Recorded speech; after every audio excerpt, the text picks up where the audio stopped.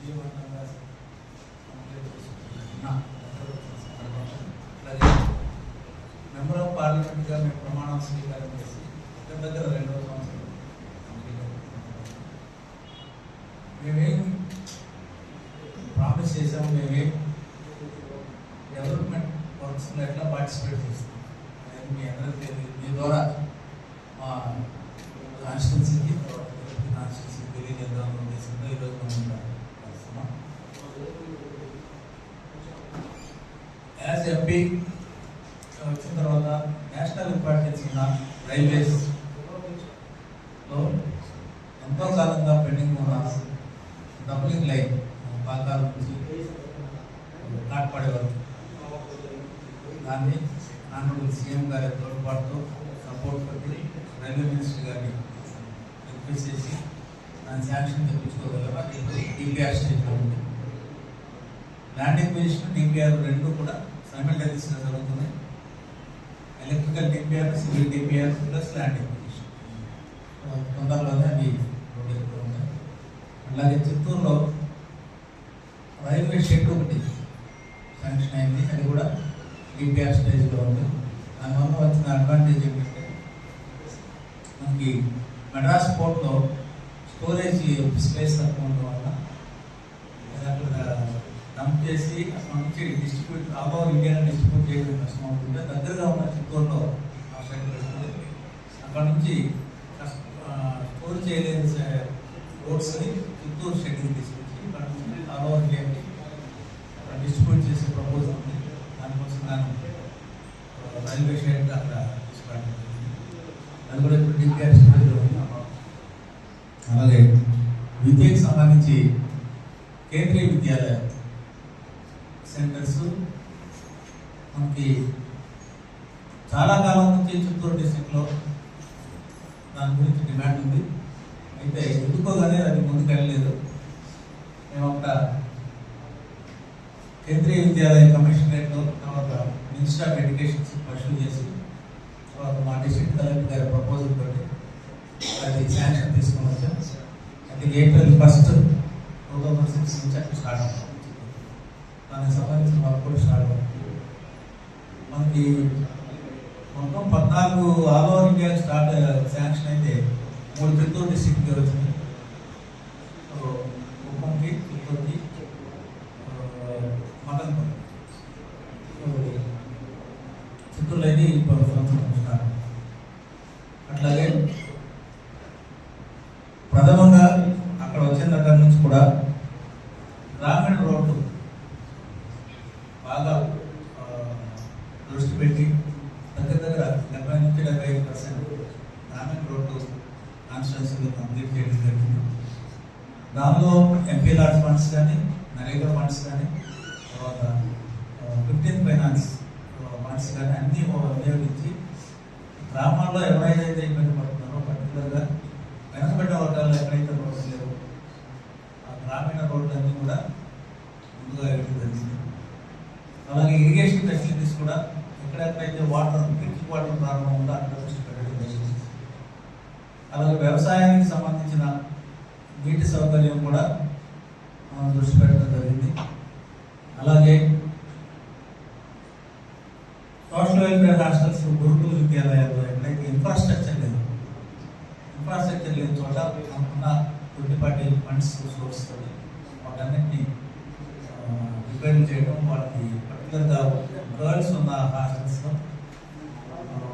Toilet సౌకర్యం కల్పించడం, వాళ్ళకి విండోస్ కల్పించడం, కాంపౌండ్ వర్క్ వీటన్నింటినీ కూడా పెట్టి వాటిని అభివృద్ధి చేయడానికి ప్రయత్నం చేస్తాం. అయితే చిత్తూరు డిస్ట్రిక్ట్లో మనకున్న ఇంకొక మేజర్ ప్రాబ్లం ఏంటంటే నిరుద్యోగం. గ్రాడ్యుయేట్స్ ఎక్కువ ఉన్నారు. ఉద్యోగ కల్పన లేకపోవడం వల్ల ఎక్కువ మంది బెంగళూరు, చెన్నై వెళ్ళి అండర్ ఎంప్లాయ్మెంట్ ఇబ్బంది. అంటే క్వాలిఫికేషన్ కంటే తక్కువ ఎంప్లాయ్మెంట్. ఆయన బీటెక్ అయితే 10,000-20,000 పనిచేస్తారు. సో దానికి కాదు ఇప్పుడు సెల్ఫ్ ఎంప్లాయ్మెంట్ క్రియేషన్ కోసం MSME పెట్టడానికి చాలా కృషి చేస్తున్నాం. వాళ్ళకి ముందు అవేర్నెస్ ప్రోగ్రామ్ కండక్ట్ చేయడం జరిగింది. సెంట్రల్ గవర్నమెంట్ MSME డిపార్ట్మెంట్ ద్వారా ఇక్కడ విజయవాడ గ్రామోద్యోగ డిపార్ట్మెంట్ ద్వారా వాళ్ళందరినీ తీసుకొచ్చి ఒక 4 రోజులు అడ్వర్టైజ్మెంట్ ఇచ్చి డిస్ట్రిక్ట్లో ఉన్న వాళ్ళందరినీ కూడా ఒక డిస్ట్రిక్ట్ కన్వెన్షన్ సెంటర్లకు తీసుకొని 2,000-3,000 మందిని నిరుద్యోగ యువతని వాళ్ళకి ఏ విధంగా అవకాశాలు ఉన్నాయి, తర్వాత ఏ విధంగా వాళ్ళు ఎంఎస్ఎంఈ డిపార్ట్మెంట్ ఫైనాన్స్ చేయగలరు, తర్వాత సబ్సిడీస్ ఏమున్నాయి, ఇవన్నీ అవేర్నెస్ ప్రోగ్రామ్ పెట్టడం జరిగింది. అలాగే ఆ స్కీమ్స్ వల్ల ఆనరబుల్ సీఎం నారా చంద్రబాబు నాయుడు గారు చెప్పినట్టు 1 acre పైన 1 house అనే స్కీమ్ తీసుకున్నారు. దాన్ని దృష్టిలో పెట్టుకొని చిన్న ఎంటర్ప్రైనర్షిప్ నుంచి పెద్ద ఎంటర్ప్రైనర్ పిఎంఈజీపీలో కానీ తర్వాత ఎంఎస్ఎంఈ స్కీమ్స్ ద్వారా కానీ వాళ్ళకి అవకాశం కల్పించి, అంతేకాకుండా వాళ్ళు చేసుకోవడానికి స్కిల్ ట్రైనింగ్ కూడా ఇచ్చి ఏర్పాటు చేయడానికి ప్రయత్నం చేస్తాము. సో అది చేస్తే ఇప్పటికి వాళ్ళు ముందుగా ఎక్స్ప్రెస్ చేసిన ఇబ్బంది ఏంటంటే ఇది ఆన్లైన్ ప్రోగ్రామ్స్ కాబట్టి రూరల్లో గ్రామీణ ప్రాంతాల్లో ఆన్లైన్ చేయడం కష్టంగా ఉంది. అంటే మనం కరెక్ట్ గారిని రిక్వెస్ట్ చేసి దగ్గర 60 మెంబర్స్ వాళ్ళకి ఫెసిలిటేటర్స్గా పంపించాం. ఎవ్రీ మండలంలో ఆయన ఉంటాడు, వాళ్ళ గ్రామాల నుంచి వచ్చి వాళ్ళకి కావాల్సిన వాళ్ళకి అసిస్టెన్స్ ఇస్తాం. ఆ విధంగా చేస్తే చాలా అప్లికేషన్ ఫైల్ అయింది. బ్యాంకుల్లో కొన్ని శాంక్షన్ అయ్యి కొన్ని వాళ్ళు ఫీజులు స్కోర్ అనేది మీటింగ్ పెట్టారు, పర్సూ చేస్తాం. సో చాలా వరకు వాళ్ళకి ఎంప్లాయ్మెంట్ ఇక్కడే డిస్ట్రిక్ట్లోనే క్రియేట్ చేసుకోవడానికి ప్రయత్నం చేస్తాం. ఈ విధంగా అభివృద్ధి కార్యక్రమాలను చేస్తా ఉన్నాం. అట్లాగే స్టేట్ గవర్నమెంట్ సంబంధించి చూస్తే మీరు గమనిస్తూ ఉంటే సూపర్ 6 అని మనం సంక్షేమ పథకాలు చాలా చెప్పాం. ఆ సంక్షేమ పథకాలన్నీ ఫుల్ఫిల్ చేయడం జరిగింది. ఆర్టీసీ సిలిండర్స్ స్టార్ట్ అయిపోయింది. తర్వాత రైతు భరోసా, అన్నదాత సుఖీభావ 1 year క్రితం అయిపోయింది. సెంట్రల్ గవర్నమెంట్ రైతు కిసాన్ దాంతో కోఆర్డినేట్ చేసుకుని అన్నదాత సుఖీభావ స్కీమ్స్ మొన్న కూడా సెంట్రల్ గవర్నమెంట్ రిలీజ్ చేయలేదు. అలాగా ఎక్కడెక్కడ వీళ్ళు ఎలక్షన్ దానిలో ప్రామిస్ చేశారో కోటం ప్రభుత్వం అన్ని నెరవేర్చడానికి ప్రయత్నం చేస్తుంది. అలాగే సంక్షేమం ఇస్తున్నాం కదా, అభివృద్ధిని ఎక్కడ నిర్లక్ష్యం అభివృద్ధిని నరేగా స్కీమ్లో స్టేట్ గవర్నమెంట్ వేయాల్సిన షేర్ ముందుగానే ఇచ్చి సెంట్రల్ గవర్నమెంట్ ఫండ్స్తో కలిపి నరేగా స్కీమ్లో ఉన్న అన్ని పర్పస్ అంటే ఆర్బిఐ కోసం ఫుల్ఫిల్ అయ్యేటట్టు లేబర్ కాంపోనెంట్ కానీ మెటీరియల్ కాంపోనెంట్ కానీ అన్నీ చేయడం జరిగింది. ఇప్పుడు ఈ సంవత్సరం దానిలో మేజర్గా సక్సెస్ఫుల్గా చేసినటువంటి కౌషిక్స్ రూరల్ ఏరియాలో చాలా వేల కౌషిక్స్ ఇచ్చారు. ఒక ఏరియా అయితే వీళ్ళు హౌసింగ్ కూడా మీ అందరికీ తెలుసు. లాస్ట్ టైం కొన్ని హౌసింగ్ మిడిల్ వరకు వచ్చి ఆగిపోయి అవన్నీ కూడా ministry of urban development central government request చేసి ఫండ్స్ తీసుకొచ్చారు.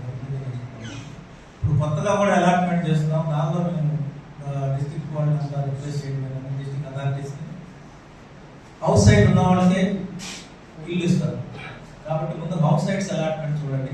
సో దట్ వాళ్ళు కూడా దీనిలో బాగుంటుంది. హౌస్ సైడ్ మీరు అలాట్మెంట్ ఎప్పుడు ఇచ్చారంటే నెంబర్ ఆఫ్ పీపుల్ క్లెయిమ్ చేసుకోవాలి కాబట్టి అది కూడా ప్రోగ్రామ్ చేస్తున్నాను.